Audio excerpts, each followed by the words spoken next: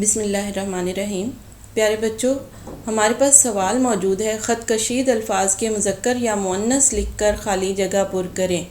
یہاں پہ جو خالی جگہ دی گئی ہے ہم اس کو دیے گئے الفاظ کے مذکر یا مؤنث سے پر کریں گے۔ پہلا جملہ ہے ہمارے پاس یہاں پہ پہلی خالی جگہ، ماں اور ڈیش دونوں بچوں سے پیار کرتے ہیں۔ تو ماں کا مذکر کیا ہوگا؟ باپ۔ ماں اور باپ دونوں بچوں سے پیار کرتے ہیں۔ اگلا جملہ ہے ہمارے پاس، شاعر کے ساتھ ڈیش نے بھی کلام سنایا۔ شاعر مذکر ہے تو یہاں پہ ہم اس کی مؤنث لکھیں گے کہ شاعر کے ساتھ شاعرہ نے بھی کلام سنایا۔ شاعر کے ساتھ شاعرہ نے بھی کلام سنایا۔ اگلا جملہ ہے ہمارے پاس خالی جگہ ہے، اس گھر کا مالک اور ڈیش دونوں اچھے ہیں۔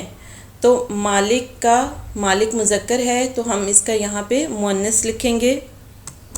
مالک کی مؤنث کیا ہوگی؟ مالکن۔ اس گھر کا مالک اور مالکن دونوں اچھے ہیں۔ آج گوالا دودھ نہیں لایا بلکہ ڈیش لے کر آئی۔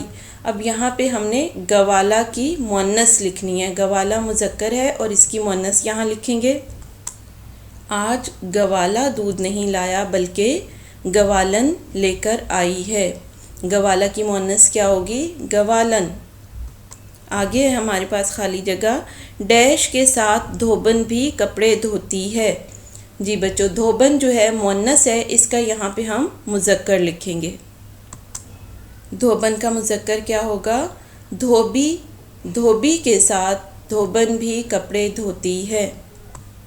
اگلا سوال ہے ہمارے پاس، خط کشید الفاظ کے متضاد لکھ کر جملے مکمل کریں۔